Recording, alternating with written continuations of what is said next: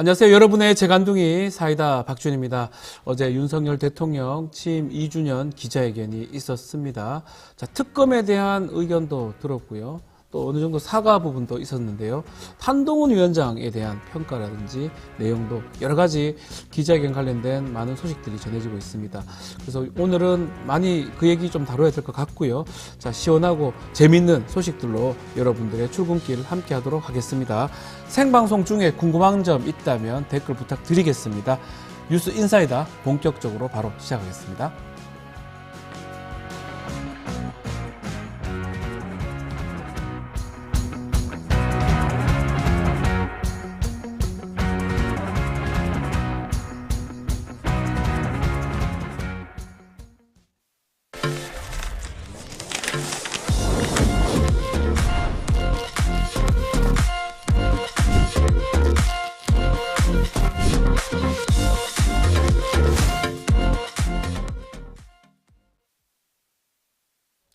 바쁜 아침 오늘 꼭 알아야 할 뉴스로 엄선해서 전해드리겠습니다. 뉴스 픽 시간입니다. 오늘은 이진아 뉴스토마토 기자와 함께 하겠습니다. 안녕하세요. 네, 안녕하세요. 자, 첫 소식 어제 열린 윤석열 대통령의 기자회견 전해야 되겠죠? 어떤 내용 어떻게 또 진행되는지 한번 말씀 부탁드리겠습니다. 네, 오늘 윤석열 대통령이 집권한 지 2년이 되는 날입니다. 또 어제 있었던 기자회견은 100일 기자회견 이후에 1년 9개월 만이고 날수로는 631일 만이었는데요. 지난 뉴스픽에서 말씀드렸듯이 기자회견은 기자들과 질의응답만 이어지지 않았고 앞부분에 23분간 모두 발언이 있었습니다. 이 내용은 지난 총선 참패 후에 있었던 국무회의 모두 발언과 좀 비슷한 내용이 줄을 이뤄서 좀 기시감이 들었는데요. 대체로 나는 또는 우리 정부는 잘했지만 국민들이 이것을 잘 몰라줘서 앞으로는 더 적극적으로 알리는 것에 노력하겠다. 이런 취지의 발언이었고요. 그러니까 자신의 성과에 대해서는 자화자찬을 늘어놓은 격이었습니다. 단 한 가지 새로운 것이 있었는데 저출산 관련 대응 기획부를 만들겠다는 것이었습니다. 또 기대했던 질의응답에서는 질문은 20개라는 보도가 좀 많았는데 저는 이제 처음부터 끝까지 다 봤거든요. 모두 세어보니까 한 19개 질문이었고요. 네, 그중에 2개의 추가 질문이 있었습니다. 또 정치, 외교안보, 경제 이렇게 섹션을 나눠서 질문을 해서 중간에 좀 흐름이 끊기는 것이 좀 아쉬운 부분도 있었습니다. 외신으로 가면서 사실은 흐름이 좀 끊긴 게 아니냐 이런 평들이 있는 것 같은데 특히 정치 관련돼서 특검에 대한 언급은 있었습니다. 최상병 특검, 김건희 특검에 대해서 각각 대답을 좀 달리 했어요. 어땠어요? 네, 일단 김건희 여사에 대해 추진되는 특검법은 주가 조작 관련이죠. 그리고 또 이제 최근에 이원석 검찰총장이 수사를 하겠다라고 밝힌 것은 명품백 관련이었는데요. 이 두 가지 내용이 좀 혼재돼서 대답이 좀 됐었고요. 그러면서 이제 윤 대통령의 대답을 직접 듣고 오겠습니다.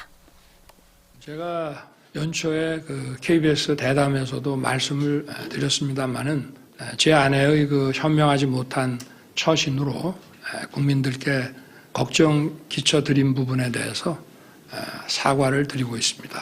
지금 검찰에서 수사를 지금 시작한다고 발표한 부분에 대해서는 제가 검찰 수사에 대해서 어떤 입장을 또는 언급을 하는 것이 어떤 영향을 미칠 수 있는 또 오해가 일어날 수 있기 때문에 거기에 대해서는 제가 따로 언급을 하지는 않겠습니다. 특검이라고 하는 것은 일단 정해진 검, 경, 공수처 이런 기관의 수사가 봐주기나 부실 의혹이 있을 때 하는 것입니다. 자, 어제 많은 언론에서도 얘기를 했지만 임기 중에 처음으로 사과했다 이 부분 얘기를 했어요.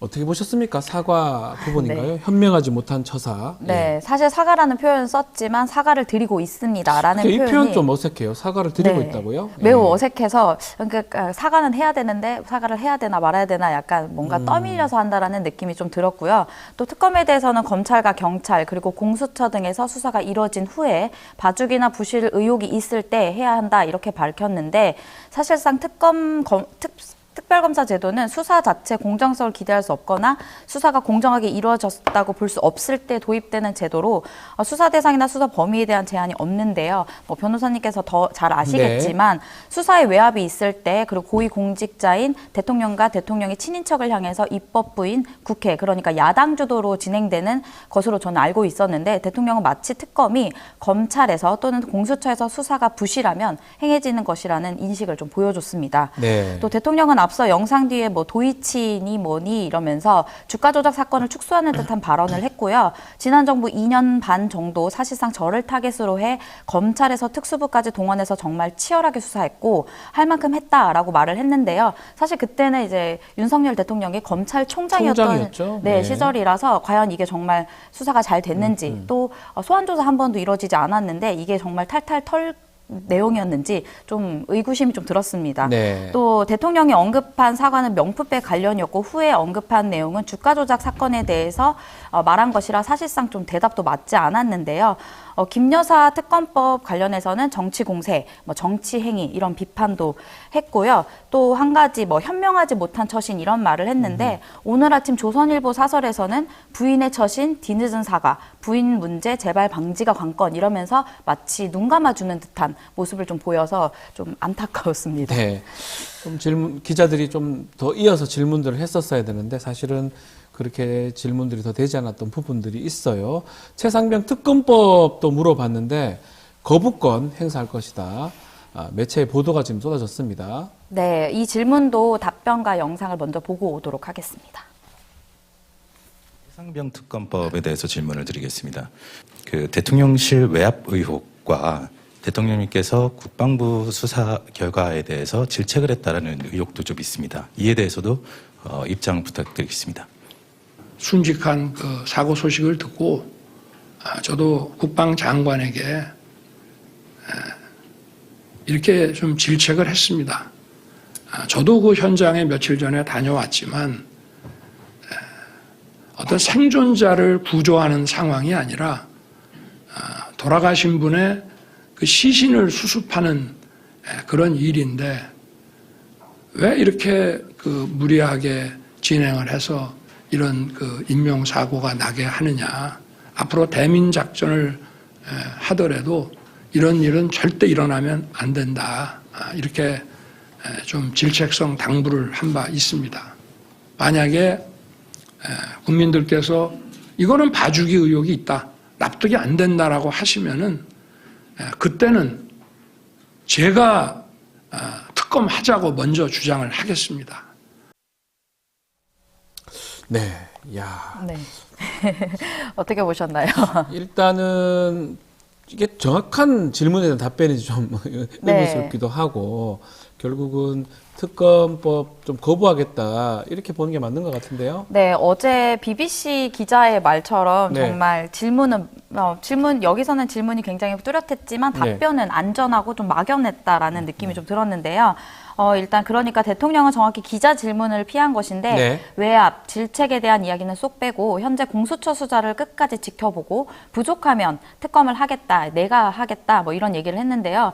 국회 어렵게 통과된 최상병 특검법을 곧 거부하겠다라는 의미로 좀 해석이 되는 부분입니다. 네. 한동훈 전 국민의힘 비대위원장 질문도 있었는데 질문이 두 차례나 나왔네요. 이 부분은. 네, 두 차례나 나올 만한 질문이었는지 사실 좀 이것도 의구심이 들었는데요. 네. 중앙일보 기자와 마지막 추가 질문에서 TV조선 기자가 한동훈 전 비대위원장과 관계에 대해서 물었습니다. 대통령은 오해는 풀었고 앞으로 정치인으로서 길을 잘 걸어 나갈 거라 생각한다. 20년 교분이 있기 때문에 재충전이 끝나면 언제든지 만날 것이다라고 했는데요. 사실 한동훈 전 비대위원장은 지금까지 여당 의원들과 또는 이제 당직자들과 만나면서 소통을 이어가는 것으로 좀 알려져 있고요. 네. 그리고 뭐 대통령이 말한 부분에서 정치인으로 길을 잘 걸어나갈 거다라는 부분에서는 굉장히 좀 거리감을 두는 표현을 써서 마치 둘의 관계는 이미 이제 끝난 게 아니냐 이런 거를 좀 시사하는 좀 대목이 아니었나 이런 생각도 들었습니다. 조금 그렇게 느껴지는데 일단은 뭐 조금 아마 준비된 답변이 아니었던 것 같아요. 그러다 보니까 짧게 답변을 했던 걸로 보이는데 네. 자, 좀 전에도 얘기를 했지만 뭐 정치 질문하다가 갑자기 외신으로 넘어가고 네. 뭐 경제 뭐 이렇게 가면서 뭔가 흐름이 끊기는 모습. 사실은 뭐 외신 질문 필요는 하지만 뭐 국민들이 관심을 가지는 부분들은 사실은 정치 질문에서 좀 더 나아갈 수 있는 그런 것들을 아마 아니었나 싶은데 네. 구분하면서 질문하면서 뭔가 네. 흐름이 좀 끊겼던 것 같기도 합니다. 네, 저도 그렇게 좀 느꼈는데요. 외교안보 관련 이야기는 대체로 외신 기자들에게 질문 기회가 주어졌는데요. 뭐 우크라이나 전쟁 관련 트럼프 전 대통령의 주한미군 방위비 협상에 대한 질문이었고요. 네. 일본 니케이 기자도 발언권이 주어졌는데 여기서 아쉬운 대목은 굳이 일본 기자에게 지금 외교 현안 시급한 것이 있나 이런 생각도 좀 들었고요. 니케이 기자 같은 경우에는 한국말로 강제징용 문제에 대한 질문과 또 기시다 총리와의 뭐 협력 관계 어떻게 할 것이냐 뭐 이런 얘기를 물어봤는데 이제 그 전에 사실 더 중요했던 것은 저는 이제 최근에 있었던 더불어민주당 의원들이 독도를 방문한 것에 대해 일본 외무상이 독도는 국제법상 일본의 영토라면서 주권을 침해했다라는 발언 네. 이거를 좀 질문을 해줬으면 좋겠다라는 아쉬움도 남았고 또 이런 것들에 대해서 정부는 사실 어떠한 입장도 표명하지 않았기 때문에 여기에 대한 이야기가 좀 있었으면 좀 좋았겠다라는 좀 생각을 했습니다. 또 경제 문제 같은 경우에는 뭐 한국경제, 매일경제 이런 경제지 기자들에게 발언권이 주어졌는데요. 사실 지금 반도체나 주식 문제보다 최근 화제되고 있는 네이버 라인 문제에 대해서 좀 물어봤으면 어땠을까? 네, 이 부분이 참 네, 좀 역시나 아쉬운 대목이었습니다. 질문을 꼭 해야 될 질문들이 빠졌는 게 아닌가 생각이 듭니다. 자, 여야 반응이 엇갈리고 있습니다. 여당은 진솔하고 허심 탄회했다 이렇게 평가를 했네요. 네, 어제 보수 언론에서도 그 타이틀로 낸 것이 뭐 페이퍼 없이 네. 질문 20개를 다 받았다. 뭐 이렇게 제목을 적었는데요. 사실 페이퍼가 있건 없건 정확한 답변을 한 것이 거의 없었기 때문에 네. 사실 페이퍼가 무슨 필요한 소용인가. 상황인가 싶어요. 네, 그런 생각도 들었습니다. 여당도 역시나 여당은 이제 반대로 이제 비슷한 보수 언론과 같은 의견을 내놨는데요. 국민의힘 정의용 수석 대변인은 논평을 통해서 대통령의 진솔하고 허심탄회한 입장을 직접 들을 수 있었다. 민생의 어려움에 대한 송구한 마음을 직접 전하는 것을 시작으로 국민의 삶을 바꾸는 데 부족한 점이 있다는 것을 솔직하게 인정했고 질책과 꾸짖음을 겸허한 마음으로 새기겠다고 다짐도 있었다. 이렇게 덧붙였습니다. 그러면서 경제, 외교 안보, 복지, 노동, 의료 등 각 분야에서 실시한 국정 운영의 목표와 방향은 오직 민생이었다. 이렇게 호평 일색이었습니다. 야당은 뭐 대체로 국정 운영에 대한 반성 또 변화가 없다 이렇게 논평을 내놨네요. 네, 맞습니다. 그 기자회견 직후에 박찬대 원내대표가 긴급 기자회견을 열어서 논평을 냈는데 김건희 특검법 또 발의하겠다라는 입장을 밝혔고 최상병 특검법도 역시나 거부하면 안 된다 이러면서 이제 입장을 내놨는데요. 이후에 또 이제 더불어민주당 한민수 대변인은 윤 대통령의 취임 2주년 국민 보고는 우리는 국민 누구도 공감할 수 없는 자화자찬만 채워졌고 국정 운영에 대한 반성은 찾을 수 없었다 이렇게 질책했습니다. 그러면서 윤 대통령은 왜 70%에 가까운 국민께서 윤석열 정부의 국정 지지를 하지 않는지 왜 총선에서 국민들께서 심판을 했는지 여전히 모르고 있다 이렇게 꼬집었고요. 조국혁신당 어제 강미정 대변인은 이런 말을 했습니다. 윤 대통령은 독특한 취향을 존중하면서 언론사를 콕 집어서 단독 회견을 했던 것들이랑 좀 별 다르지 않았다라면서 이런 말을 했는데요. 벌거벗은 임금님이라는 표현을 아하. 했습니다. 예. 그러면서 하나도 변하지 않았고 스스로 벌거벗은 임금이 됐는데 이것을 좀 깊이 있게 대통령실에서 토론을 해봤으면 좋겠다라고 말했습니다. 알겠습니다. 자, 여당 이야기 좀 해보겠습니다. 어제 국민의힘 신임 원내대표 추경호 의원이 선출이 됐습니다. 네, 추경호 의원은 윤 정부에서 공직자로 일하면서 친윤계 네. 인물로 분류되는 인물이죠. 또 이번 총선에서 대구 달성군에서 3선에 성공한 인물입니다. TK에서 당선된 인물이기 때문에 일각에서는 도로 TK당이라는 말도 나오는데요. 그래서 이런 말도 나왔습니다. 변화와 쇄신이 아닌 국민의힘은 안정과 관성을 택했다. 이런 비판도 나왔습니다. 어쨌든 추경호 신임 원내대표는 108명 중 102명이 참석한 투표에서 70표를 얻어서 당선이 됐고요. 상대 후보였던 이종배 의원은 21표, 송석준 의원은 11표를 얻었습니다. 자, 주신님 원내대표 당선 소감 어떻게 말했습니까? 네, 추 의원은 당선 소감에서 유능한 민생 정당, 정당 정책을 만들고 이를 통해서 국민의 공감과 신뢰를 얻는 힘 있는 정당이 되고 지방선거와 대통령 선거에서 반드시 승리를 해내겠다 이렇게 말을 했습니다. 네. 네, 기자회견 총평을 해달라는 질문에 대해서는 국정운영과 관련해 전반적인 생각과 기조에 관해서 대통령께서 말한 부분과 제 생각은 궤를 같이 한다 이렇게 말을 했습니다. 결국 도로 친윤당이라는 비판을 피할 수 없게 된 대목이 아닌가 생각됩니다. 알겠습니다. 자, 뭐 어떻게 앞으로 할 일도 많은데요. 네, 좀 지켜보기로 하겠습니다. 자, 오늘 이진아 기자와 함께했습니다. 감사합니다. 네, 감사합니다. 생방송 댓글 참여 계속해서 부탁드리고요. 저는 잠시 후 대담한 대담으로 돌아올 테니까요. 조금만 기다려 주십시오.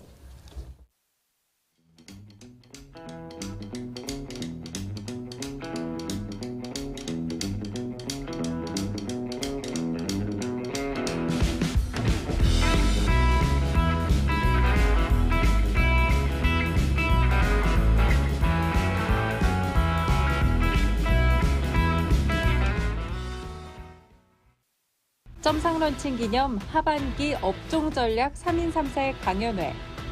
5월 25일 하반기 유망업종 전망은 사전 등록으로 선착순 100명 참여 가능.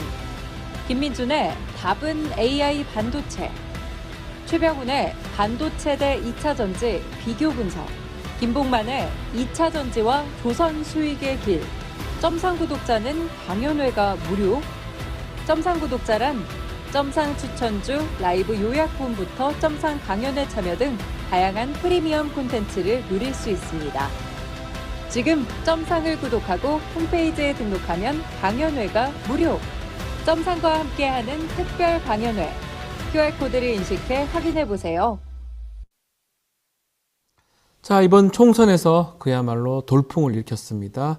자, 오늘은 조국 혁신당의 조국 대표와 함께 각종 정치 현안 또 조국 혁신당에 대한 자세한 이야기 들어보겠습니다. 대표님 안녕하십니까? 예, 안녕하십니까. 네, 반갑습니다. 대표님 오랜만이고 반갑습니다. 자, YTN 계셨는데 어떻게 글로 가게 됐습니까? 네, 일로 좀 옮겼는데 YTN 당시 인터뷰할 때 그 사투리 네, 아직까지 기억이 납니다. 예. 또 그 사투리 그게 뭐 원인이 됐는지 모르겠지만 돌풍을 일으켰고 선거에서 네네. 뭐 좋은 결과가 있었던 게 아닌가 생각이 듭니다. 네네. 자, 그 얘기도 조금 더 하고요. 예. 일단 어제 윤석열 대통령 취임 2주년 기자회견이 있었는데 어떻게 보셨습니까, 대표님? 저는 그 기자회견 보면서 네. 윤석열 대통령이 이제 총선 민심 읽기를 거부하는구나라는 것을 새삼 확인했고요. 네. 마치 옛날 그 동화에 나오는 그 벌거벗은 임금님의 그런 모습을 확인했습니다. 국정 기조에 대해서 바꿀 생각이 전혀 없고, 네. 그 자신은 여전히 옳았다는 생각을 하고 있고, 총선 민심을 통해서 확인되었던 여러 가지 국민적 요구사항이 있는데, 네. 그걸 다 온갖 핑계를 대면서 거부를 했거든요. 정말 그 마이동풍, 우이독경 이런 사자성어가 생각이 났습니다. 네.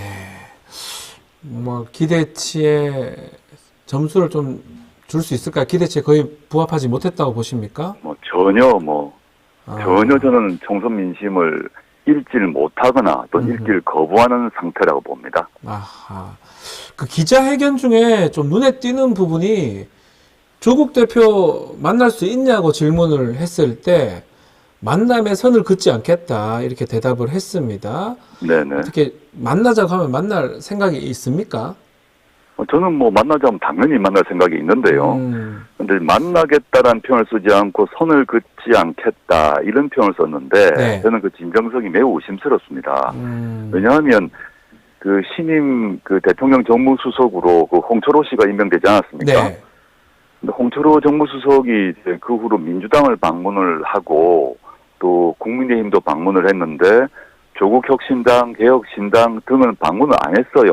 아하. 이게 매우 이상한 게 제가 청와대 근무를 하지 않았습니까? 그렇죠.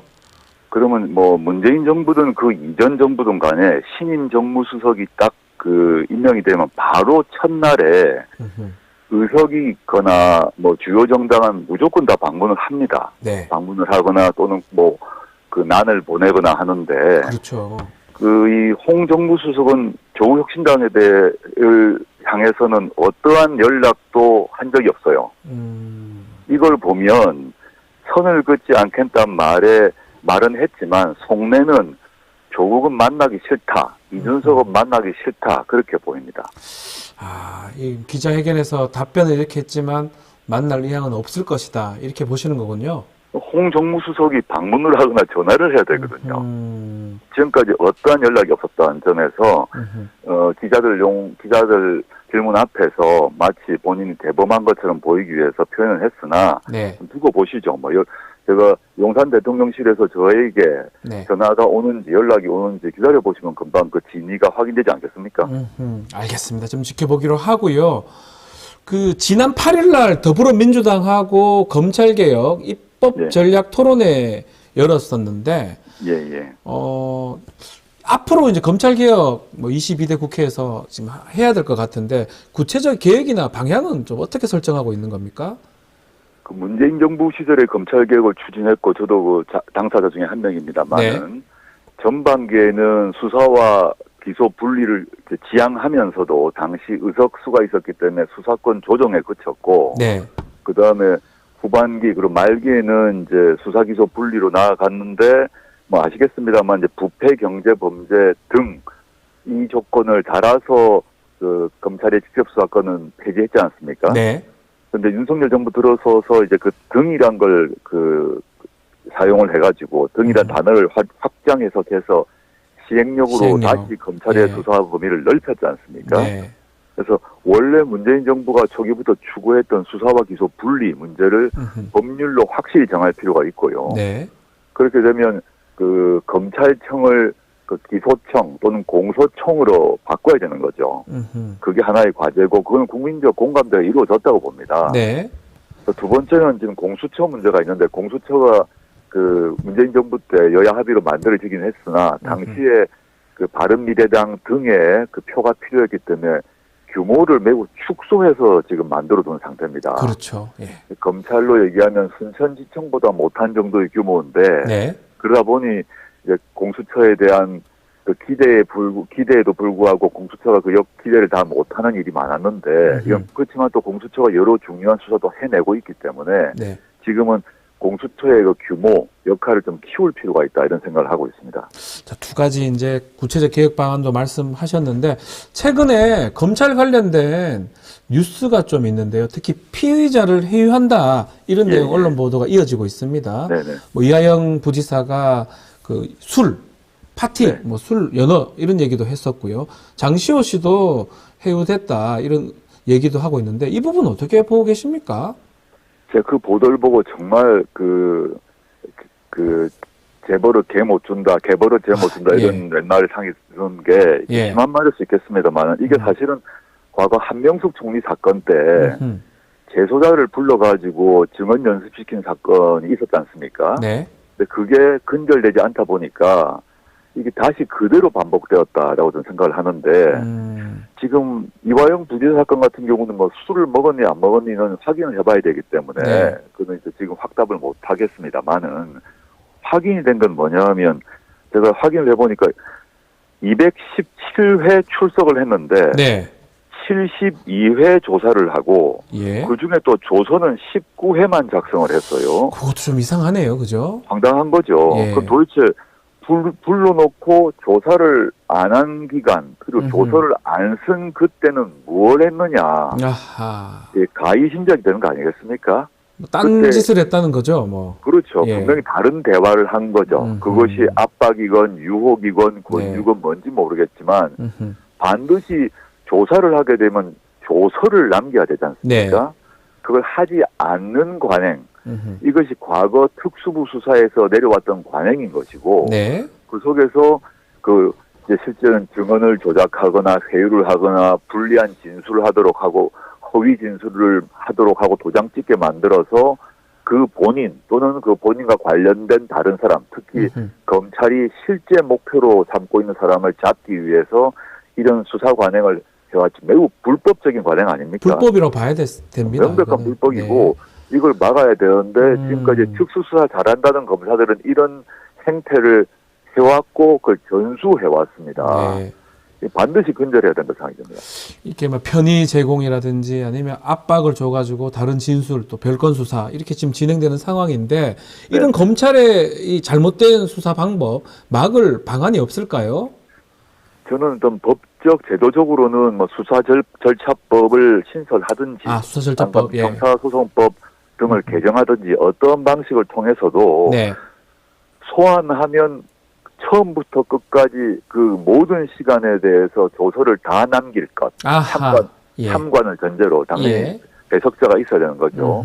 이렇게 해서 검찰 특수부 조사에 그 분명히 투명화시켜야 된다. 네. 라는 생각이 들고, 그 다음에 지금 이런 뭐 허위 증언 연습시키다거나 또는 뭐 유혹을 한다거나 네. 이런 별건 수사 이런 같은 경우에 있어서는 사실은 이 역시 이제 금지돼야 되는데 그걸 기법처럼 마치 잘하는 기법처럼 칭찬받고 있기 때문에 네. 당장은 검찰 내 감찰부가 활동을 해야 됩니다. 과거 한동수 그 감찰부장이죠. 예, 대검의 이검사 출신 아닙니까? 그렇죠. 그러다 보니 감찰을 철저하게 했어요. 저는 대검 내 감찰부는 무조건 비검사가 돼야 된다고 생각을 하고 검찰총장의 지휘를 받지 않으면서 이런 각종 검찰 내부의 비리를 감찰할 수 있도록 이 감찰부의 기능을 검찰 내에서 독립적으로 운영하도록 제도를 만들어야 된다고 봅니다. 지금 단계에서 법을 못 바꾼다면 감찰 역할을 좀 많이 해야 되고 감찰은 비검사 출신이 하는 게 지난번처럼 한동수 감찰부장처럼 필요하다 이렇게 말씀 주셨는데 네, 그렇습니다. 자, 김용민 의원은 검사 탄핵 얘기를 또 하더라고요. 막 혼자 주장을 하는 것 같긴 한데 그 사실은 이정섭 검사 지금 탄핵 심판 받고 있고요. 손준성 또 지금 언급된 김영철 검사 탄핵 이야기 나오고 있는데 대표님께서는 어떻게 보고 계십니까? 탄핵 부분? 저는 검사 탄핵이 우리 법 제도상 허용되고 활용되어야 한 제도 아닙니까? 아하. 그럼에도 불구하고 실제 관행에서는 마치 검사 탄핵을 하면 세상이 뒤집어지는 것 같은 이런 그 언론 보도가 나는 것 같습니다. 네. 근데 실제 뭐 영국 사례 같은 경우 보게 되면 판사 탄핵, 검사 탄핵 1년에 뭐 수시로 합니다. 네. 그렇게 한다고 해서 영국 법 제도가 문을 떴다는 얘기 아무도 안 합니다. 그러니까 검사나 판사, 즉 법을 집행하는 사람들이 불법을 저질렀다 그러면 당연히 탄핵되는 것이 맞고 그리고 법적으로 기소가 되느냐 아니냐를 떠나서 탄핵은 국회가 하는 거 아닙니까? 그렇습니다. 그럼 국회의 권능으로 헌법이 부여를 했는데 그걸 과거에 우리 사회에서 판사와 검사의 권위가 워낙 세고 또 그에 대한 도전하는 걸 두려워하다 보니까 이렇게 됐는데 저는 사실 검사가 피의자 기소하는 것이 일상적으로 일어나지 않습니까? 네. 자기 업무기 때문에 검사가 피의자 기소한다고 어느 누구도 말 안 하지 않습니까? 법적 권한을 행사하는 것이라면 그러면 국회가 검사를 탄핵하는 것도 일상적으로 돼야 된다. 그게 당연히 하는 것이다. 너무 당연한 거고 일상 업무다. 국회의 업무라고 봅니다. 잘못했으면 누구라도 뭐 법에 규정이 돼 있으니까 탄핵이 가능하다 이렇게 보시는 거군요. 그런 말씀. 바로 그렇습니다. 자, 어제 기자회견에도 조금 나오긴 나왔지만 이원석 총장이 김건희 여사 명품백 수수 의혹 수사를 좀 엄정 수사하라고 지시를 했는데 글쎄요, 대통령 어제 기자회견도 있고 이 검찰 수사 어떻게 전망하십니까? 전 어제 기자회견에서 윤석열 대통령이 다시 한번 부인 수사와 관련해서 가이드라인을 딱 그었다고 봅니다. 어떻게 어제 정치공사라고 얘기했지 않습니까? 정치공사라고 한 얘기는 수사 대상이 아니다라고 대통령이 먼저 말을 했어요. 그리고 그 대통령은 다 아시다시피 고위검사, 검찰총장을 포함해서 검사장 등에 대한 인사권을 가진 사람 아닙니까? 그런데 정치공사라고 선을 딱 그었기 때문에 검찰총장 포함해서 수사팀 등등이 김건희 여사에 대한 수사를 철저히 할 수 있을까 의문이 들고요. 그렇지만 이제 이원석 총장은 임기 말에 그 검찰총장으로서의 뭐 자존심 또는 검찰의 조직 보위 등 차원에서 김건희 여사에 대한 소환을 할 것이라고 봅니다. 소환을 할 것이다. 소환 요청을 하겠죠. 그런데 용산에서 그걸 받을 것인가? 저는 김건희 씨가 받지 않을 것이라고 보고 결국은 서면 조사로 때울 거라고 생각합니다. 이 명품백 수사도 있지만 뭐 주가 조작 수사라든지 어제 기자회견을 보면 본인 검찰총장 시절 때 네. 엄청 털었지 않느냐 이렇게 얘기를 하더라고요. 그 말도 안 되는 얘기죠. 근데 기자들이 더 질문을 좀 안 한 것 같아요. 저라면 좀 더 질문을 해야 되는 거죠. 더 물어봐야 될 것 같은데 그 부분 어떻게 보셨습니까?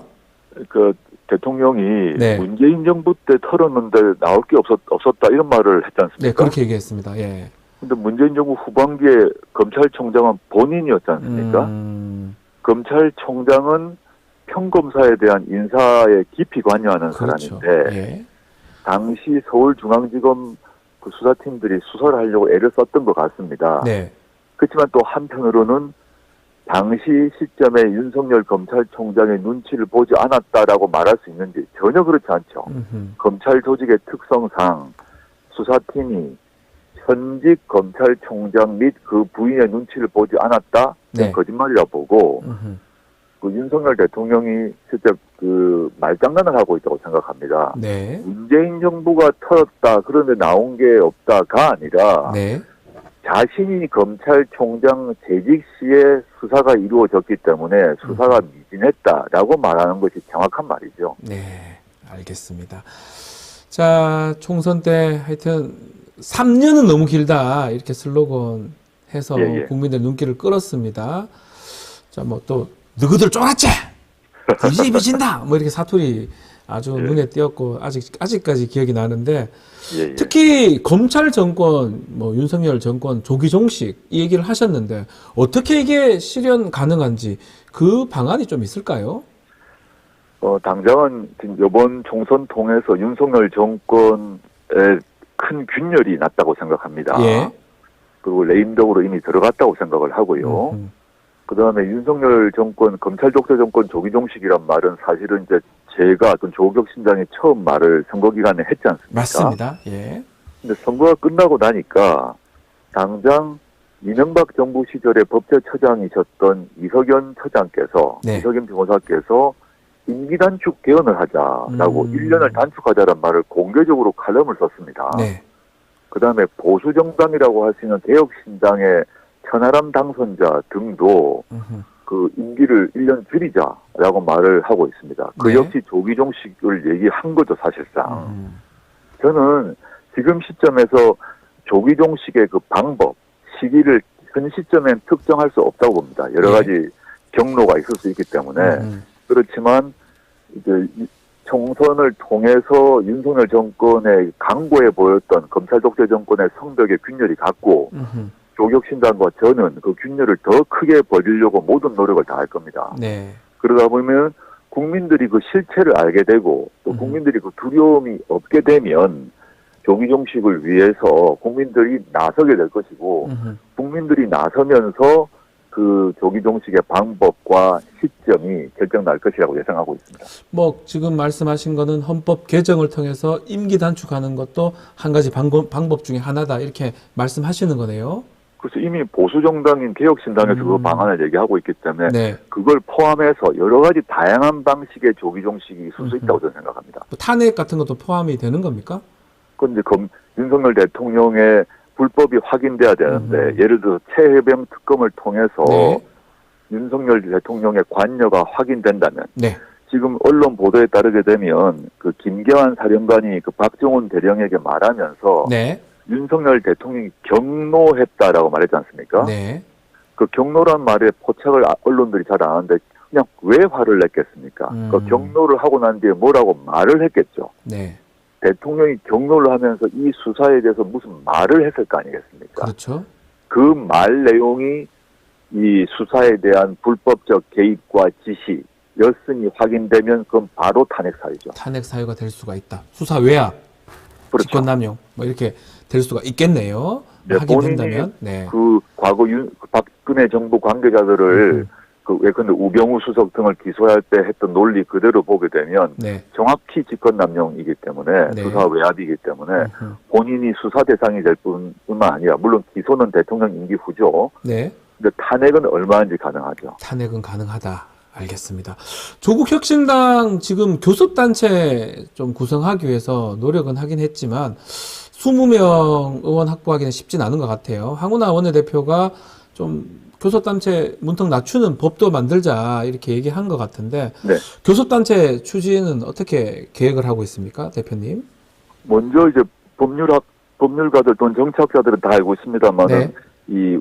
그 교섭단체 20석은 유신의 잔재 아닙니까? 예, 맞습니다. 원래 유신 예. 전에는 다 10석이었거든요. 그래서 정치학계나 법학계에서는 다 이게 정치개혁의 과제로 낮추자라는 얘기를 해오고 있습니다. 네. 뭐 조국혁신당만의 그 요구사항이 아니라 그 두 번째 또 말씀드리고 싶은 것은 저나 조국혁신당이 민주당을 향해서 이 교섭단체 수를 낮춰달라고 공식 요구한 적은 없습니다. 아, 예. 예. 이거 먼저 말씀을 꺼내신 분은 민주당에서 먼저 꺼내신 겁니다. 민주당에서 먼저 얘기를 한 것이다. 예. 네, 선거 과정에서 조국혁신당은 단 한마디도 한 적이 없고 예.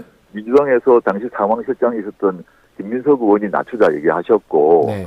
또 서영교 의원도 얘기하셨고 홍익표 원내대표도 얘기하셨고 또 그리고 저 김동연 지사 같은 경우는 10석으로 낮추자라는 구체적인 숫자까지 말씀을 하셨어요. 네. 저는 뭐 그게 큰 방향에서 맞다고 봅니다. 근데 지금 이걸 하려면 국회에서 다 합의를 해야 되는데 아직까지는 합의가 안 된 상태 같은데 조국혁신당은 원내교섭단체 구성을 하려고 모든 노력을 다할 것이고 한편으로는 제도를 바꾸는 측면이 있을 것이고 다른 한편으로는 제도가 또 안 바뀔 수 있는 거 아니겠습니까? 그렇죠. 그럼 그 상태에서 또 교섭단체를 만들기 위해서 정치적 법적 노력을 할 것인데 뭐 서두를 생각은 없습니다. 천천히 저는 할 수 있다고 보고 단계 천천히 추진할 생각입니다. 자, 뭐 민주당 얘기 나왔으니까 또 이재명 대표 질문 좀 드려보면 지난달에 이제 한번 만남을 가지셨잖아요. 뭐 술도 한잔 하셨다고 들었는데 그렇습니다. 예. 그 이후에 자꾸 계속 연락이 좀 있습니까? 물론이죠. 뭐 그때 합의 사항이 예. 그 정무실장을 통해 소통하자라고 서로 합의를 했고 예. 그래서 그 민주당 측에서는 김우영 정무실장, 조국혁신당 측에서는 이제 조용우 정무실장이 두 분이 원활히 소통하고 뭐 전화도 하고 만나고 이렇게 하고 있습니다. 네. 이 뭐 사실 지금 댓글에서도 민주당하고 관계 부분 질문들을 좀 많이 하고 있고요. 우리 시청하시는 분들이 또 언론에서는 또 민주당하고 관계를 좀 갈라치기 하거나 뭐 이런 또 우려 섞이는 시선도 있는 것 같습니다. 22대 국회 이제 곧 시작이 되는데 민주당과 어떤 관계를 유지할 생각이신가요? 제가 조국혁신당 당직자조회에서 이런 말을 했는데 민주당과 조국혁신당은 관계가 뭐냐. 한편으로는 공동의 목표를 달성하기 위해서 이제 확고한 협력 관계다. 근데 그 개혁과 진보와 개혁을 위해서는 또 한편으로는 생산적 경쟁을 해야 된다라고 해서 협력과 경쟁이 이제 동시에 이루어져야 된다 저는 생각합니다. 이것이 일부 진보층 또는 일부 민주당 지지층에는 이런 얘기를 가지고 다 갈라치기를 하는데 참 안타깝다 생각이 드는데 지난 총선의 결과를 생각해 보시면 조국혁신당이 등장했을 때 민주당 일각에서 조국혁신당 만들지 마라고 막 공격을 했습니다. 특정 이름은 내가 얘기하지는 않겠습니다. 근데 조국혁신당이 등장함으로써 투표 의지가 높아지고 넓은 의미의 진보개혁 진영의 외연이 확장돼가지고 승리를 했지 않습니까? 민주당도 이기고 조국혁신당도 이겼습니다. 그 사이에 일정한 협력도 있었고 두 당 사이에 경쟁도 있었습니다.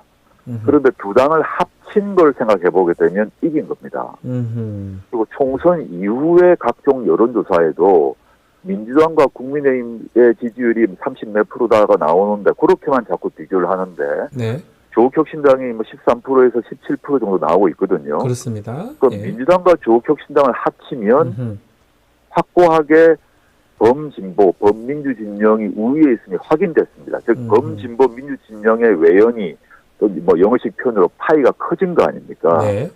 앞으로도 22대 국회에서도 이런 모습으로 가야 된다. 그게 두 정당이 사이에 물론 정당이 다르기 때문에 일정한 경쟁이 있을 수밖에 없습니다. 근데 그런 경쟁을 두려워하거나 회피하거나 이런 것은 오히려 이 동력을 떨어뜨립니다. 활력을 떨어뜨립니다. 일정한 경쟁이 양당 모두에 좋다. 그리고 협력할 것은 확고히 협력해서 나아간다. 네. 이것이 앞으로 조국혁신당이 민주당과의 관계 설정의 기본 방침입니다. 알겠습니다. 참 조심스럽지만 개인적인 질문도 좀 드려보겠습니다. 예, 민주당과 그 토론회 하면서 특검 3가지 언급이 됐었는데 대표님 자녀 입시 비리 수사 이 얘기도 나왔습니다. 네, 이게 네. 어떤 부분이 잘못됐는지 또 특검이 된다면 어떤 식으로 돼야 되는지 생각하고 계시는지요? 그 조국혁신당에서 이제 그 특검 관련해서 요 얘기를 한 적은 사실 없습니다. 예, 예. 민주당 내에서 이제 음흠. 그런 얘기가 나온 걸로 알고 네. 있습니다. 예. 그 민주당에서 원내대표 박찬대 원내대표님 등이 그 거론을 하셨는데 네. 저희 딸에게 장학금을 주셨던 그 노환중 원장님의 네.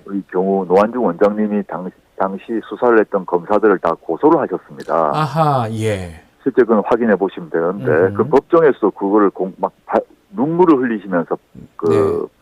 폭로를 하셨어요. 음흠. 그때 수사를 받으러 갔더니 검사가 자기에게 조국에게 이러이러한 얘기를 조국과 했다. 그래서 이제 장학금을 준 것이라는 것을 인정하라 했는데 자기는 절대 그런 적이 없다라고 했음에도 불구하고 계속 검사가 뇌물을 준 것처럼 음흠. 발언하도록 회유했음을 얘기를 하고 정말 격정 토론을 법정에서도 하셨습니다. 네. 근데 안 받아들여졌습니다. 음흠. 그에 대해서 아마 참으실 수가 없었던지 그 해당 검사를 고소를 했습니다. 아하, 예. 앞에 말씀드렸던 이화영 사건, 음흠. 이화영 부실 사건 같은 경우도 큰 맥락에서는 같은 맥락이죠. 비슷하다. 해유하고 이런 어떤 네, 불법적인 검사가 수사. 피의자를 예. 회유를 해가지고 예.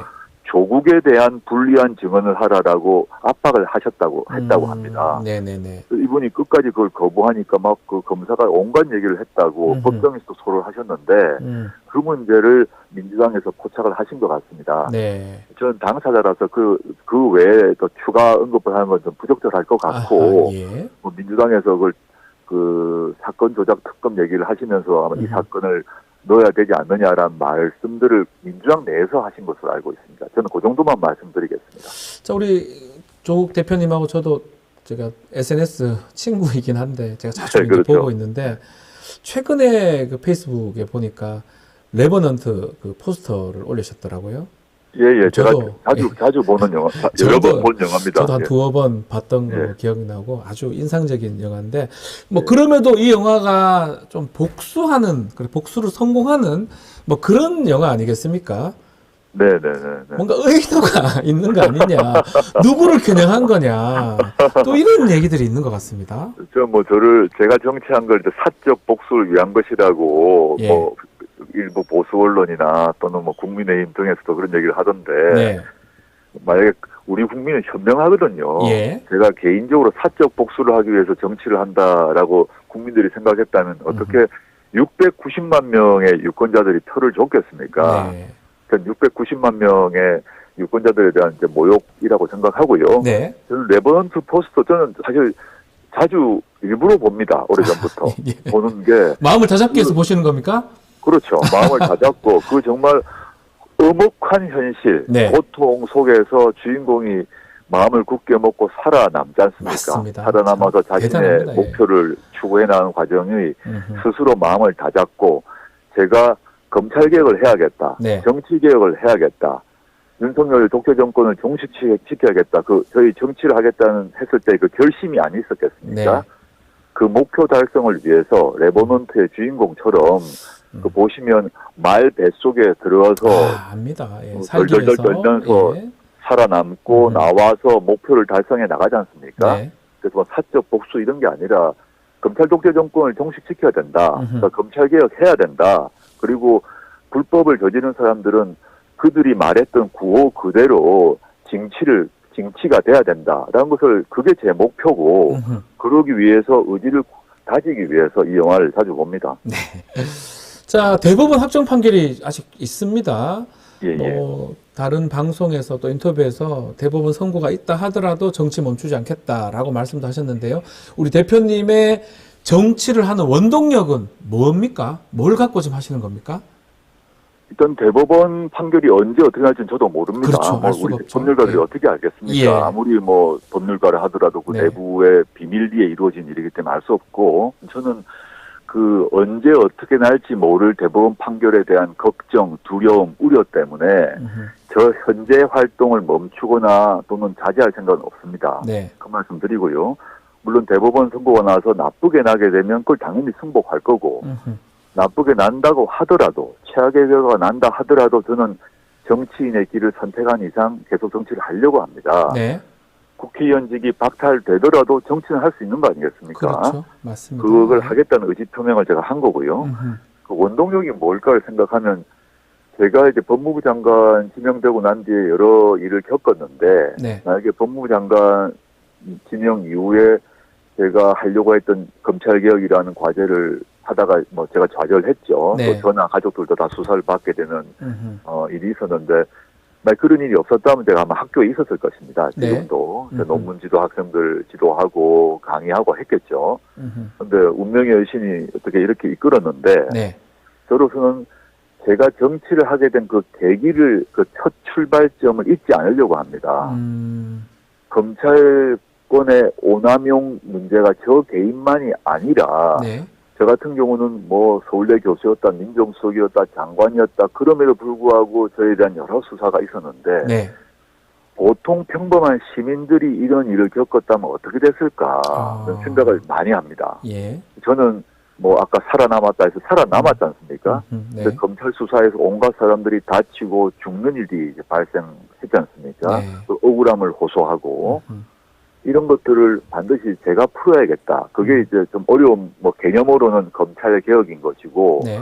또 검찰 개혁이 단순히 검찰만의 문제가 아니라 정치 개혁과 직결되어 있다고 저는 생각합니다. 정치 왜냐하면 개혁이요. 예. 검찰 개혁을 하려면 법과 제도를 바뀌어야 되는데 네. 이것은 정치 개혁이 있어야만 가능한 거 아니겠습니까? 네. 그래서 검찰 개혁으로 출발을 했는데 결국은 정치 개혁으로 이어져야 한다고 생각하고 검찰 개혁과 정치 개혁을 이루는 것이 저의 그 원동력이다 할 수 있겠습니다. 뭐 아직 조심스러운 질문들이 좀 이어지는데 예. 대통령 설문조사에 이제 대표님도 언급이 됩니다. 대선도 혹시나 생각하고 계십니까? 뭐 그렇게 여론조사에서 올려진 걸 제가 보긴 보았습니다. 네. 그런데 저야말로 이른바 사법 리스크가 있고 네. 그것은 그 신생 정당의 그 신인 아닙니까? 네. 그런 그 경륜도 짧고요. 얼마 안 되고요. 그 점에서 저는 뭐 아직 그를 대선 운운할 그런 경륜이 없다, 네. 경험이 없다라고 말씀드리고 싶고, 지금 현재는 신생 정당의 그 초선 정치인으로서 이번 21대 국회 때 성과를 내는데 오로지 매진할 생각입니다. 네. 4년 뒤에 뭐 대선이니 뭐니 하는 얘기는 좀 허황되다 이런 생각을 합니다. 알겠습니다. 다음에는 꼭 스튜디오에서 한번 직접 좀 뵀으면 좋겠습니다.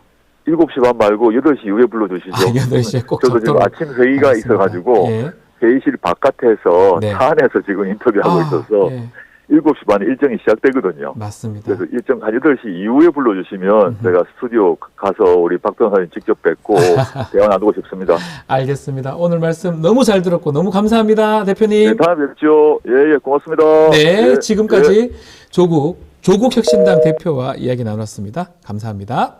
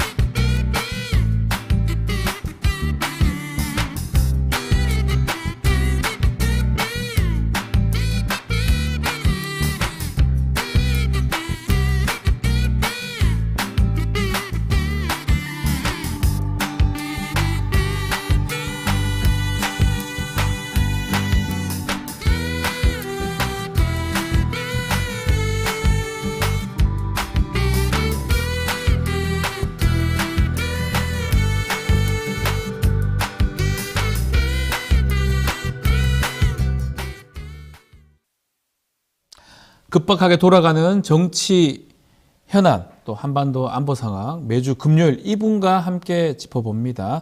금요 시사계의 진보 달마대사 김종대 전 의원의 최강 디펜스 코너 바로 시작하겠습니다. 김종대 전 의원님 안녕하십니까? 안녕하십니까? 자, 기자회견 얘기를 해야 되겠죠. 네. 어제 2주년 기자회견 했습니다. 네. 의원님께서는 어떻게 들으셨습니까? 글쎄요, 뭐 옛날에 뭐 야당을 무슨 카르텔이다, 네. 공산 전체주의다, 입만 열면 그냥 막 그 갈라치고 적대시하고 네. 이런 태도는 없어졌죠. 예. 그게 여당에서 나오는 방송 패널들이 이 정도면 많이 변한 거 아니냐.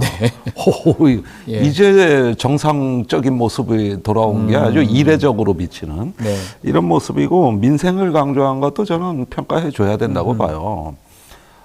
다만 이분이 진짜로 변화한 것이냐, 변화한 척하는 거냐. 네. 이런 부분들을 몇몇 들여다볼 수 있는 기준점이 좀 있었다고 보여집니다.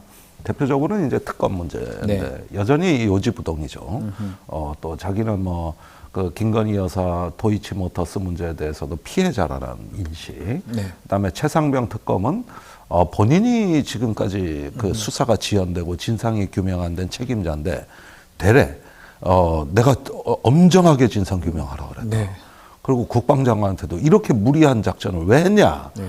이렇다 좀 다른 보니까. 얘기를 했어요. 왜? 수사 외압 얘기 질문이었는데 다른 예. 얘기를 해버렸어요. 예. 그러니까 그건 지금까지 우리 국민들이 그렇게 9개월 동안 네. 해온 얘기 아닙니까? 예, 예. 그런데 안 돼서 문제인데 자기가 그걸 마치 엄정하게 이렇게 네. 했는데 그럼 누가 도대체가 이 모양 이 꼴로 만든 것이냐?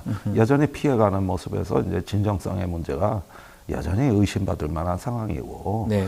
결국 이분은 자기가 만들어 놓은 대통령상이 있어요. 네. 어떤 군림하고 통치하는 자기 대통령 상이 있고 그 상에서 못 빠져나오는 거예요. 거기에 집착이 강하다 보니 네. 거기서 벗어나야 진짜 변화를 할 수 있고 협치를 할 수가 있는데 네. 근데 거기에서 빠져나오질 못해요. 물속의 공기방울 같은 세계에서 여전히 갇혀 있구나. 네. 이런 생각에서 참 답답하다는 느낌이죠. 아직까지 그 큰 틀에서 변함은 없다 이렇게 짚어주셨는데 하나씩 좀 더 구체적 얘기를 좀 나눠보면 네. 김건희 여사 명품 백 수수 의혹 관련해서는 아내의 현명하지 못한 처신에 대해서 사과드린다. 언론에서는 뭐 지금 다 처음으로 공식 사과했다 이렇게 일괄 보도가 되고 있는데 네. 또 그러면서 또 이게 정치 공세다라고 하면서 선을 그었어요. 요거는 어떻게 봐야 됩니까? 글쎄 디올백 사건은 야당의 정치 공작이 아니라 처음에 김건희 여사한테 호의를 갖고 접근했던 네. 최재형 목사로부터 비롯된 것이지. 뭐 이게 야당에서 뭐 공작하고 몰카한 거 아니지 않습니까? 네. 그런데 이걸 특검으로 이렇게 받아치는 것이 이게 정치 공작이다 그러면서 또 도이치모터스 건에 대해서도 언급이 있었는데 네. 문재인 정부에서 2년간 자기를 표적으로 삼아서 네. 털었던 사건 아니냐. 그 얘기도 좀 그런데. 아니 본인이 검찰총장 할 때입니다. 그러니까 자기가 마치 남의 정권 검찰총장 어디 외국에서 하셨나. 네. 아니 본인이 검찰총장 하던 시절의 사건이기 때문에 그건 전 정부보다도 그 전 정부의 검찰총장 산하에서 벌어진 일이라는 거. 이런 점에서 이런 부분을 이렇게 이야기하는 하나의 논리성, 그 책임성 이런 면에 있어가지고 특히 이 문제에 관해서는 뭔가 자신감이 결여되고 자꾸 너절너절 변명하는 그러면서 어떻게든 빠져나가려고 하는 네. 이런 어떤 그 태도를 보인다. 굉장히 자신 없는 태도로 좀 봤어요. 어쩌면 또 이거 관련해서 지금 수사가 된다면 뭔가 가이드라인을 좀 제시한다고 이렇게 봐도 되는 겁니까? 아니 민정수석을 왜 만들었겠습니까? 저는 최상병 특검의 공수처가 네. 힘을 내고 있고 네. 이원석 검찰총장이 김건희 여사를 엄정히 수사하겠다고 신속하게 하겠다고 그렇죠. 하니 그러니까 부랴부랴 만든 겁니다. 민정수석을. 이런 것들이 다 불가분의 관련성이 있는 거거든요. 네. 그러면서 떼낼 건 떼내고, 장악할 건 장악하고 해가지고, 일단은 대통령실을, 기관 세력을 관리하는 아하. 어떤 하나의 그 컨트롤 타워 기능을 강화한과 아울러서, 특검 공세 등 민심으로부터 포위되어 있는 권력이 이제 자기 수성에 들어갔다. 그래서 지금은 당분간 성문 꼭꼭 걸어 잠그고 네. 저 방어 수성 전략에 만전을 기하자 이러면서 자기 권력에 대한 어떤 관리 정비 어떤 수호적인 어떤 그 기조에서 나온 것이지. 아니 김건희 여사 건에 대해 가지고 출석하겠다든가. 네. 뭐 사실 기자들도 문제예요. 아니 김건희 여사 건을 질문한다면 검찰에 소환 요청이 있으면 가겠냐 안 가겠냐. 뭐 이렇게 좀 콕 집어 질문을. 아 저라면 뭐 자꾸 뭐 어떻게 생각해 묻지 말고 그냥 물어보면 더 좋을 것 같은데 구체적으로. 그렇습니다. 답할 수밖에 없잖아요. 예, 그렇죠. 그래서 이제 과거 역대 정부에서 대통령 친인척들이 다 수사받았거든요. 네네네.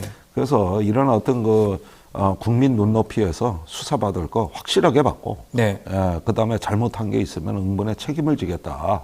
그래고도 부족하시면 특검하셔라. 이렇게만 얘기하면은 사람들이 조금 바뀌었다 이렇게 제대로 된 답변이다 할 수도 있을 그런데 건데요. 뭐 탄압당했다고 그래 네. 버리니 참. 아니 그러면 여태까지 이 소동이 그러면 왜 일어난 겁니까? 대통령이 돼서도 탄압당하고 있다는 얘기요? 그러면 그건 뭐 말이 되는 소리를 하셔야. 자, 거기에다가 네. 민정수석 내에 한마디만 더 할 건데 민심 청취를 위해서 민정수석을 만들었다 그랬는데 네. 이거는 검사 출신한테 민심을 청취하겠다 이 얘기는 개장사한테 동물복지와 동물 생태계 조언 듣겠다는 얘기하고 똑같은 얘기예요. 네. 개장사가 알긴 많이 알잖아. 그렇다고 어떻게 동물복지 정책을 알겠다고 그래 개장사를 불러. 네. 그게 개장사지 그 뭐 검찰 뭐 저기 뭐 검사 출신이 무슨 민심입니까? 그건 피의자 심리지. 민정수석실 만들었다는 거는 우리 의원님 보시기에는 두 가지입니까? 사정기관들 관리 단속하고 본인의 어떤 그 방어 어떤 로펌 어떤 그런 역할을 하는 그거를 두 가지를 하기 위해서 지금 만든 것이다. 그래서 검사 출신 김주현 지금 전 법무부 차관이 지금 임명이 됐거든요. 예. 지명이 됐거든요. 그분이 이제 법무부 검찰국장이자 예. 검찰 인사 업무를 그렇죠. 하셨기 때문에 검찰국장이 예. 장악을 하기에는 최적임자라고 보여지는 것이죠. 그리고 민심 청취라는 황당한 명분을 내걸었습니다만 네. 그건 법기술자가 할 영역이 아니라 정무팀에서 해야 될 영역이고 네. 그다음에 공수처와 검찰이 힘을 내고 있다는 거 이런 사정과 무관치 않아 보이는 거거든요. 우리가 2016년에 박근혜 대통령이 탄핵당했다 그러지만 사실 2014년에 기관 세력이 붕괴된 데서 그 단초를 봅니다. 네. 검찰은 최동욱 검찰총장 혼외자식 사건. 네. 그다음에 기무사는 정윤회 문건으로 인한 박지만 동기생 네. 조기 숙청. 예. 그다음에 저기 또 국정원은 서울시 간첩 조작. 이게 다 한 시기에 일어난 일이에요. 맞습니다. 그러고 보니 그때네요, 다. 그래가지고 검경 국정원이 다 무너지자 이제는 청와대 민정도 저기 거의 초토화되고 저기 김기춘 비서실장이 만기칠람을 하면서 네. 가분수 권력이 돼버린 거거든요. 점점 이제 위에서 힘이 모이니까 기동은 비실비실한데 지붕이 무거워진 거예요. 네. 그게 정권 붕괴로 이어졌어요. 저는 어쩌면 박근혜를 수사한 윤석열 그 특검팀의 팀장이 이 저기 기관 세력을 제대로 정비하고 장악하지 않으면 당분간 이 권력의 누수와 레임덕을 피하기 어렵다는 판단이 섰다고 봅니다. 특히 이제 모든 칼날이 본인을 향해서 오거든요. 네. 그러니까 급해졌고 두려워하고 초조해진 것이다. 그러니까 더 많은 어떤 수성을 할 수 있는 전력이 필요했던 거 아닌가 하는 생각이에요. 자, 어제 최상면 특검법 얘기도 했습니다. 국군 통수권자로서 안타깝고 가슴 아픈 일이다. 이렇게 얘기를 하면서 이게 좀 눈에 띄는 건 내가 납득하지 못하면 직접 특검 요청하겠다. 이렇게 얘기를 했는데 이건 어떤 이유입니까? 어떤 뜻으로 해석을 해야 됩니까? 저도 어제 기자회견 전에 네. 이 최상병 특검에 대해서 그냥 예전같이 뭐 몇 시간 만에 단칼에 반대하고 이 말은 못 쓸 거다. 네네네. 저기 우선 시기 문제 얘기할 거다. 네. 왜 지금이냐. 두 번째 절차 얘기할 거다. 수사기관이 수사하고 있다. 이러면서 저기 찬성도 반대도 아닌 회색지대에서 놀면서 은근하고 사실상 반대로 얘기하지 않겠냐. 네. 그런데 어떻게 된 게 이 정권은 예측이 틀리는 법이 없습니까? 예상대로 됐네요. 아니 거의 그대로 항상 됐네요. 이건 예측한 대로 왜 이렇게 맞냐고. 그게 뻔한 수거든요. 예. 그런데 이 특히 대통령 말 중에 제가 한없는 슬픔을 느끼게 되는 대목은 네. 본인이 이렇게 무리한 작전을 왜 했으며 그 철저히 엄중하게 진상조사에 재발 방지하라고 국방장관을 질책했다. 네. 지금까지 국민들이 해왔던 얘기입니다. 그렇죠. 그토록 목 놓아서 9개월간 했던 얘기인데 그런데 경북경찰청은 9개월이 지나도록 아직 뭐 수사 가닥도 못 잡고 있고. 네. 아니 국민이 의문의 죽음을 당했는데 무슨 얼빠진 수사기관이 9개월이 지나도 그래 수사의 내용이 안 나옵니까? 난 이런 기관도 처음 봤고 네. 그걸 수사하던 박정원 대령은 전시에 사형까지 당할 수 있는 항명죄란 제목으로 군사재판을 받고 있고 방금 수괴 뭐 이렇게 처음에는 네. 그리고 또 구속시키려고 그랬고 그러다가 모든 진상규명이 더 멀어졌는데 이런 거를 국민들이 뻔히 알고 있는데 마치 본인이 진상규명에 앞장선 것처럼 얘기할 때 나는 예상은 했지만 네.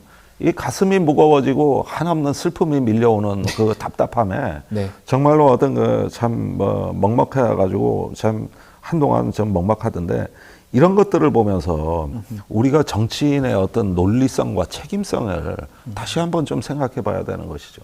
네. 이런 부분들이 대통령의 입에서 저렇게 말이 나오는 순간 아 이제 끝까지 버틸 요량이구나 이런 생각을 금할 수가 없고요. 지금 공수처 수사가 네. 상당히 우리 시중에 알려진 것보다도 많이 나가 있습니까? 많이 잘 나가 되고 있습니까? 예. 김기현 사령관 최근에 조사 받았고 뭐 유재현 법무관리가 몇 번 조사를 받았더라고요. 자 여기서 네. 우리가 이 공수처 수사에 대해서 여론이 참으로 이 아니란 판단을 하는데 네. 우선 집단 오보가 보수 진보지를 막론하고 다 뿌려졌어요. 오보가 있습니까? 아, 예. 김기현 사령관이 네. 지난 5월 4일에 공수처에 소환돼 가지고 대통령의 경로와 외압을 부인했다 이렇게 기사가 나와 있죠. 예, 저도 그렇게 봤습니다. 예. 그게 오보입니다. 아, 가가지고 예. 대통령에 관한 부분은 묵비권을 행사했어요. 아, 그 부분은 아예 뺐군요. 본인이 진술 취재가 거부, 안 된 거예요. 진술 거부를 한 거네요. 예. 예. 이거 굉장히 중요한 대목을 제가 말씀드리는 건데, 자 대통령의 외압을 시인하게 되면 여태까지 박정원 대령 재판에서 위증을 한 죄가 또 추가될 수 있기 네. 때문에 번복을 못합니다. 그러나 계속 부인을 하기에는 관련자가 너무 많습니다. 그래서 공수처가 김계환 사령관을 압박하기 위해서 각종 대질 신문 등 네. 여러 가지 압박 수단을 준비해 놓고 있었기 때문에 그걸 아는 김계환 사령관은 네. 묵비권을 선택하고 변호사를 대동하지 않았어요. 그때 변호사를 왜 안 들고 갔을까? 그것도 제가 놀랍습니다. 불편하거든요.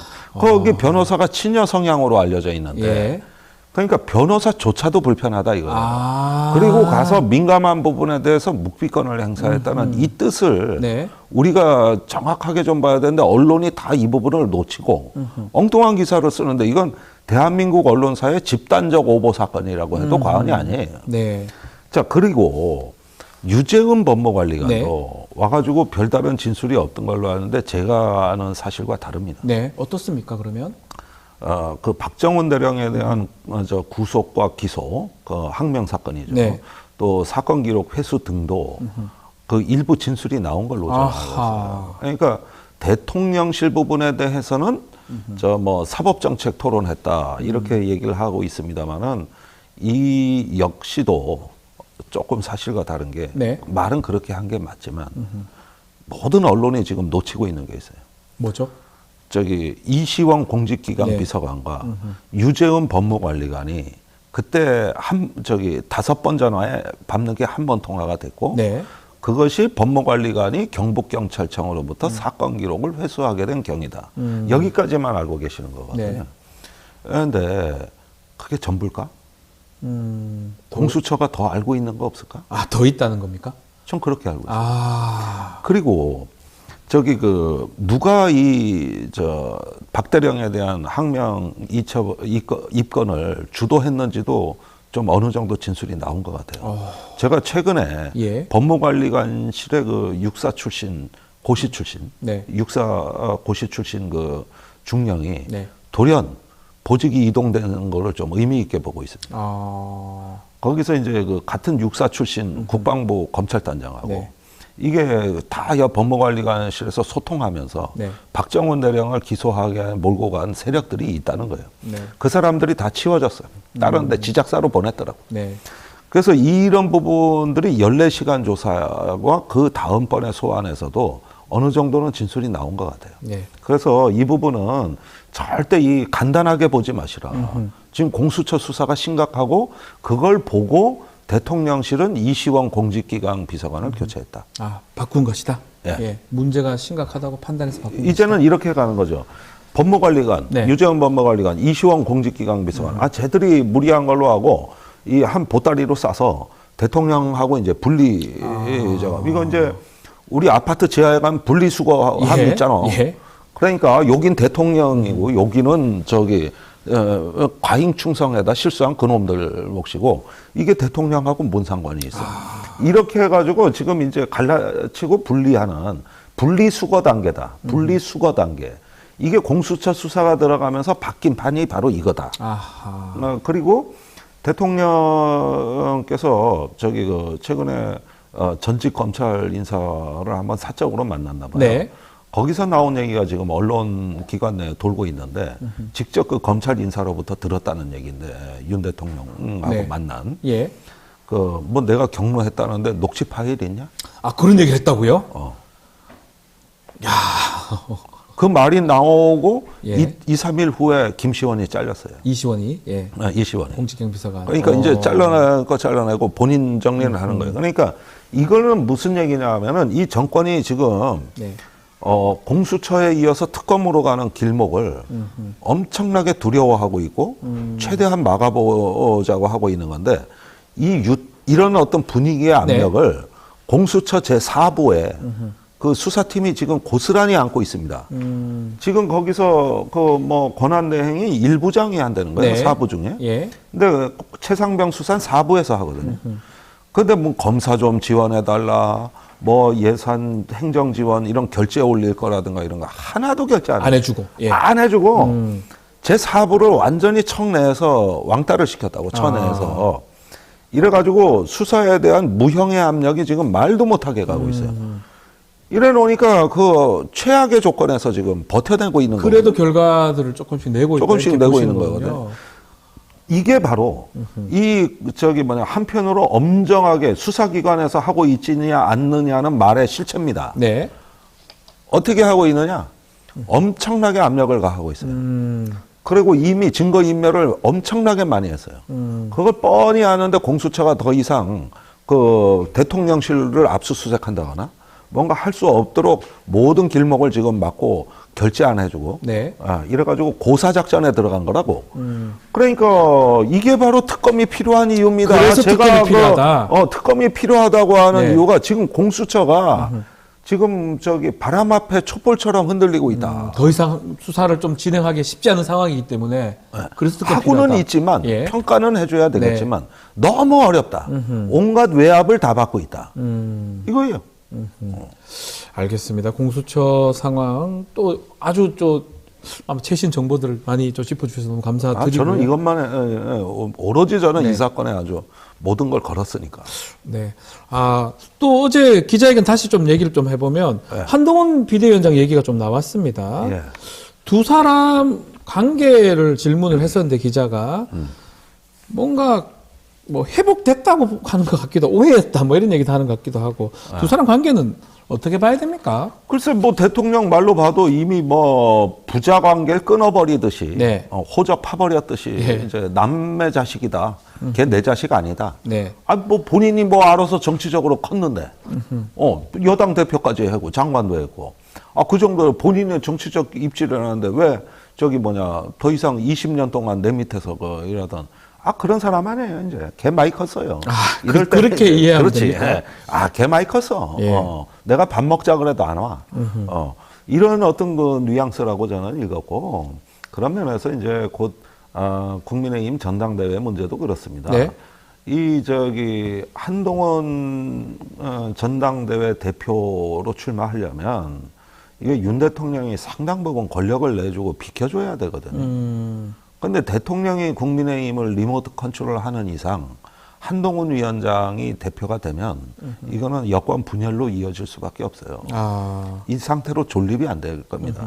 그게 될 수 있는 길은 이제 한동훈은 나의 어떤 정치적 적자이자 나의 한계를 청출어람 넘어설 수 있는 장강의 뒷물결이다. 네. 그런 면에서 이제는 내 시대가 아니라 한동훈의 시대다. 이 정도 선언은 나오고 옛날에 전두환이 노태우한테 넘겨주듯이 네. 그리고 자기는 백담사로 가듯이 아, 그런 정도의 어떤 게 있어야 한동훈 위원장은 자기 공간을 갖고 대표에 출마할 수 있는 거지. 지금같이 저렇게 저 특검 받을까봐 벌벌 떨고 이제 저 이재명 대표한테 잘해보자고 자꾸 신호 보내고 전화 걸고. 예. 이러면서 여전히 한동훈은 걔 남의 자식이에요, 내 자식 아니야. 네. 뭐 이런 식의 상황에서 한동훈 위원장이 딱 출마한다?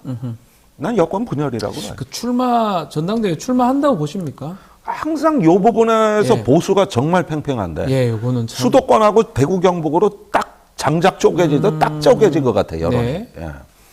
그런데 옛날에 이제 민주당도 한번 그 민주당하고 국민의당하고 분열된 적이 있지 않습니까? 네. 그럴 때 아주 그 심한 내용을 겪었는데 그 상황을 국민의힘이 겪게 되지 않을까. 아, 그 정도로 그때는 갈라진다? 호남과 수도권이 분열돼서 맞습니다. 예. 쪼개졌잖아요. 네.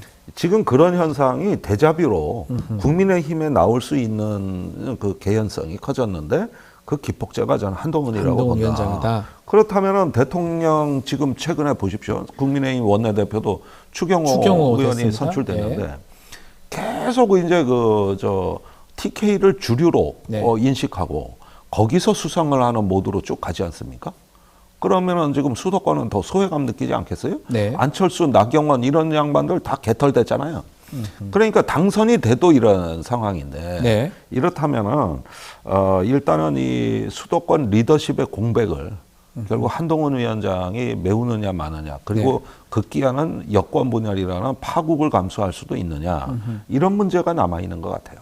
대통령 입장에서는 한동훈이 새로 등장하는 게 되게 못마땅할 것 같네요, 그러면. 그래서 제가 이 관계는 오이디푸스 컴플렉스란 프레임으로 봐야 된다. 자식에 대한 아버지와 아들은 절대 만나서는 안 된다. 그러면 비극의 결말이 일어나는 거거든요.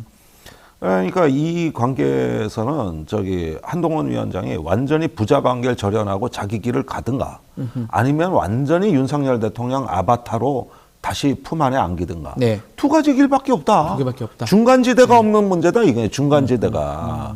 그래야 우리가 해석의 유연성도 있고 여지란 게 있는 건데. 네. 아니 한동훈 위원장 윤 대통령의 관계는 지금 도 아니면 뭐요? 저기 계속 고개 숙이고 저기 뭐야 아바타로 탈 거야 말 거야 아니면 너 죽어 그러면 내가 내 길 가겠다는데 해가지고 네. 저기 뭐냐 이제 부자 관계 절연하고 비극이 시작되는 그건 오이디푸스 상황이다. 아하. 이런 알겠습니다. 거예요. 그렇게 해석이 되는군요. 자, 민주당 얘기도 좀 해보면요. 민주당은 지금 박찬대 원내대표가 주대가 된 상황이 됐죠. 네. 그리고 국회의장 선거합니다. 추미애, 정성호, 조정식, 우원식 4파전인데 어떻게 봐야 됩니까? 글쎄 뭐 초기에 바깥에 일반 당원 또 강성 지지층들은 추미애 네. 당선자를 많이 선호했는데 실제로 현재 원내 분위기는 정성호 의원 쪽으로 기울고 있지 않느냐. 아하. 이런 어떤 그 관측들이 우세해 보이고 사실은 요즘 추미애 전 장관이 갑자기 방송 출연이 또 끊어졌어요. 아, 초기에는 엄청 열심히 다녔거든요. 그것도 이유가 있을까요, 그러면? 그러니까 너무 바깥에 여론몰이라는 게 네. 안에서 의원들 사이에서 역풍이 될 수 있는 가능성을 읽은 것이죠. 예. 거기에다가 이제 추 장관은 오래전부터 노무현 대통령 탄핵에서 지금에 이르기까지 그 사실은 586 세력들한테는 비주류였고 이러다 보니까 당내 건재한 그 세력들이 있는데 바깥에 나가서 국회의장 캠페인을 벌이는 게 이제는 본인한테도 부담스러워진 것 같아요. 그래서 최근에 추 장관 방송 섭외했다가 거절당한 언론이 부지기수입니다. 네, 네. 심지어 친구까지 투입해가지고 그 여러 인터뷰 딸래도 실패하단 말이에요. 그러면 국회의장 선거 자체가 의원들이 지금 뽑는 거기 때문에 네. 그런 것 때문에 그렇죠. 뭐 여론으로 봤을 때는 추미애 전 장관이 앞서긴 한데 전혀 예측하기 좀 어렵다 이 말씀이에요. 아니 그래서 원내 분위기는 정성호 의원 쪽으로 많이 넘어가고 네. 있는데 그 정성호 의원이 요즘 언론에 무지 많이 나와. 그러니까요. 반대로 이게 많이, 대조적인 거예요. 반대로 많이 나오세요. 이게 네. 대조적이에요. 예. 이런 데서 서로 전략적 이익을 계산해 보니 정성호 의원은 지금 나갈 때고 추미애 의원은 조금 접는 분위기란 말이에요. 예, 그러니까 이게 원내 분위기 아니냐 하는 거예요. 짧게 예. 이재명 대표한테 윤석열 대통령 전화했던 부분하고 비선 논란도 있지 않습니까? 네. 그거 어떻게 봐야 됩니까? 그 실제로 아니, 지금 그러니까. 부인을 하고 있긴 합니다. 대통령실에서. 아니 그 부인은 그때 공조직은 다 사의 표명하고 있었고 완전히 식물 대통령실이었어요. 네. 근데 비선이 때고 그러다 보니 대통령실은 영문을 몰랐던 건 맞아요. 박영선 국무총리 얘기 나올 때도 영문을 몰라서 허둥댔잖아요. 네. 그러니까 그때 당시에는 다 그냥 말년병장 같은 예. 일종의 어떤 일 안 하는 분위기였고 네, 네. 다 비선이 했죠. 그런데 이제 대통령이 이재명 대표한테 안부 인사 전화를 했던 게 저번에 함성득, 네. 임협백 두 고대 교수 출신의 그 폭로와 어떻게 보면 상당히 분위기가 맞아떨어지고 거기서 얘기한 게 실제 영수회담에서도 네. 상당히 저는 사실관계가 맞아떨어진다고 봅니다. 그건 여러 가지 사례가 있는데 일일이 하기엔 길고. 네. 그래서 지금은 대통령이 차마 강성 지지층과 참모들한테도 말 못하지 못하는 초조함, 불안, 두려움을 비선을 통해서 해소하려고 했다는 정황이 뚜렷하고 그러면서 이재명 대표한테 일종의 어떤 러브콜을 보냈다. 러브콜을 보냈다. 예, 그런 식으로. 그런데 예. 노무현식 대연정은 아니더라도 소연정을 제안한 소연정이다. 거다. 예. 그거예요. 국무총리 내드리겠다. 이건 소연정 제안이다. 그렇게 봐야 되는 거예요. 그렇게 해석하는 게 맞다. 예. 알겠습니다. 아, 오늘 뭐 이 댓글에 제갈량이다. 우리 김종대 의원님. 아, 사마이지. 사마이다. 예, 알겠습니다. 글까지 나왔습니다. 자, 김종대 전 의원과 함께 했습니다. 오늘 말씀 감사합니다. 감사합니다. 자, 잠시 뒤 뉴스인사 프라임 진행이 됩니다. 오늘 문희정 평론가 알파과 세계와 K 코너가 준비되어 있으니까요. 어디 가지 마시고 조금만 기다려 주시기 바랍니다. 잠시 뒤 뵙겠습니다.